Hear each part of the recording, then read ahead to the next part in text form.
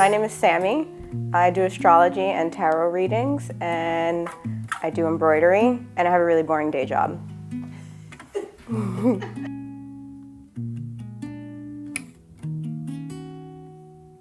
I would probably ask what your coping mechanisms are.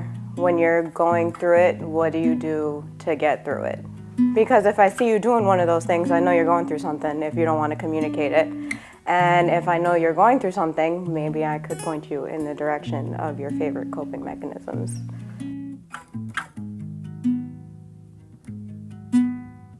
Probably that if I'm angry, I need like 20 minutes. You can't talk to me, it's not gonna work out.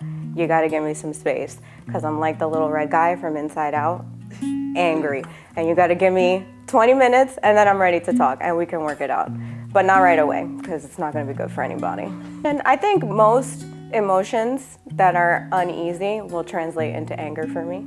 And I probably need some time to die down before I'm ready to communicate, because if I could tell you what it's like, I would, but I see red most of the time, so sometimes I don't know what's going on, which is why I've learned to take a seat and come back to it.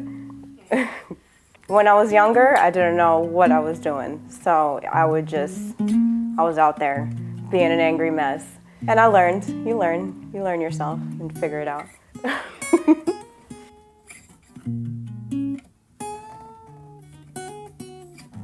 Well, definitely before I was more self-aware, the anger would come out, and there's no communication getting done at that point.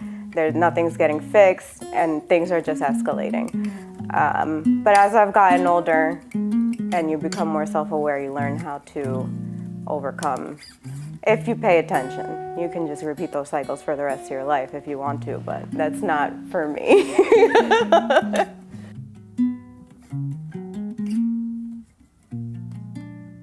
Okay, so my favorite coping mechanism, I've got two tied real close. Going to the gym or sitting in my car and screaming.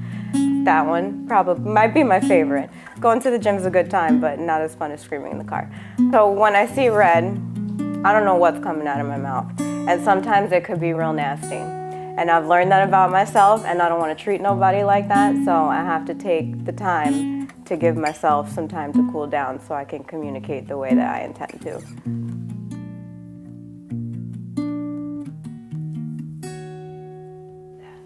So, the worst date I've ever been on was with a man who did not have any self-confidence. And the first date, he was asking me who was in my phone, who I'm talking to. Mind you, I wasn't talking to anybody. I like to give people my full attention, but my phone was on the table.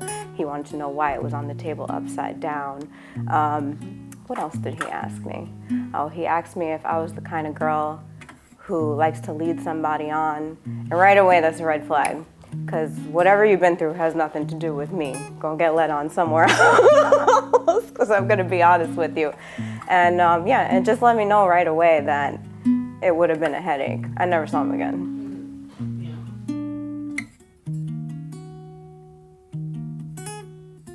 So as far as support in a relationship, somebody who can recognize when I need the space to calm down a little bit.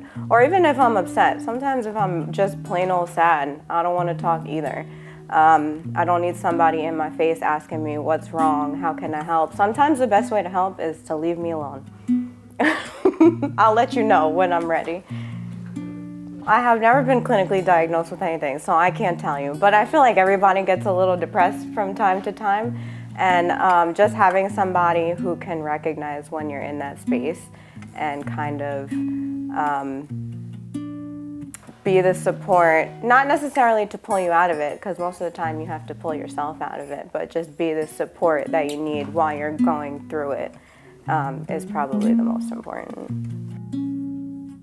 I used to date this one guy, and when I was angry or upset, he was literally in my face. What's wrong? How can I help you? Please, which, very sweet. Okay, I understand, but it's not helping. It's not helping. The emotions are mine. I have to go through them. Maybe get me some ice cream instead.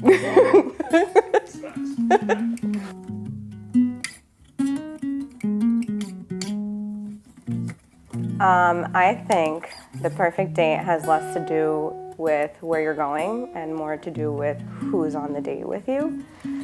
So I think I could sit in the car and eat fast food and it could be the perfect date with the right person. Or I could go on a shopping spree with the wrong person and have a terrible time. But anyway, my favorite color is purple.